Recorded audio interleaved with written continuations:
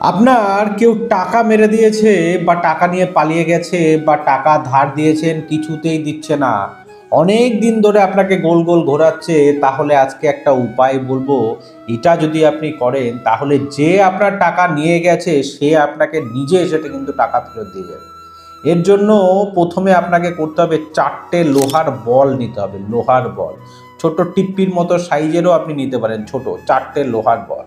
এবং এটা আপনাকে শনিবারে নিয়ে আসতে হবে। শনিবার দিন এই লোহার চারটে বল নিয়ে এসে আপনি সর্ষের তেলে ডুবিয়ে রাখবেন।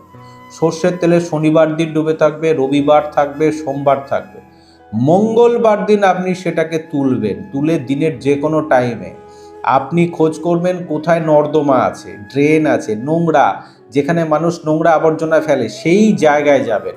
এবং সেখানে গিয়ে যে ব্যক্তি আপনার টাকা নিয়েছে, টাকা মেরে দিয়েছে, তার নাম 4 বার বলবেন।